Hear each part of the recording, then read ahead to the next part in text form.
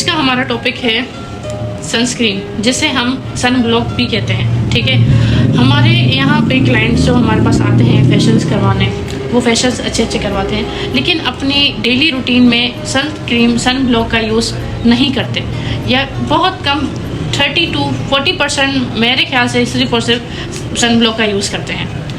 वजह ये कि वो ये क्रीम को लगाना, सन ब्लॉक को लगाना ज़रूरी नहीं समझते, या काफ़ी क्लाइंट का कॉन्सेप्ट ये होता है कि सिर्फ आउटडोर हम जब भी जाएंगे आउटडोर यूज़ के लिए होता है, आउटडोर यूज़ होगा।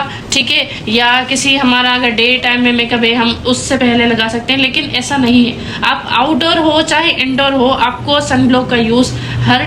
मैम, सन ब्लॉक क्यों यूज़ करना चाहिए? सन ब्लॉक हमारी स्किन को यूवी रेज़ से प्रोटेक्ट करता है। जो मैम नहीं यूज़ करते हैं उनके साथ क्या होता है?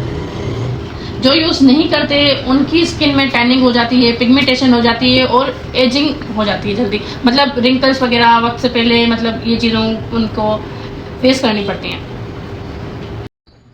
और अगर आप क्लाइंट हमारा फेशियल करवाता है, कोई भी ट्रीटमेंट स्किन लेता है, उसके बाद हमें सन ब्लॉक लगाना और भी ज़्यादा ज़रूरी हो जाता है।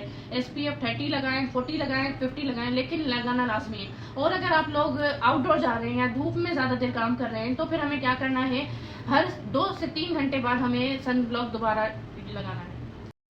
मैम, SPF का क्या मतलब है? SPF का बेटा फुल फॉर्म होता है सन प्रोटेक्शन फैक्टर।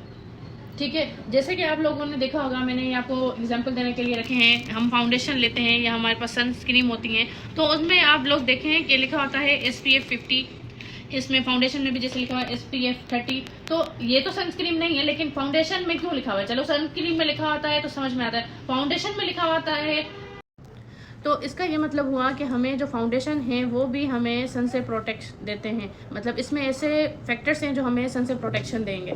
ठीक है, ये आप मैम, कहीं 30 होता है, कहीं 40 होता है, कहीं 50 होता है, इसका क्या मतलब? इसका मतलब ये होता है, जैसे इसमें 30 था तो ये 30% तक हमें प्रोटेक्शन देगा, उसमें 50 है तो ये 50% देगा, जहाँ पे 60 होगा वो 60%, मतलब जितना पॉइंट्स ज़्यादा होंगे उतने हमें प्रोटेक्शन ज़्यादा मिलेगी।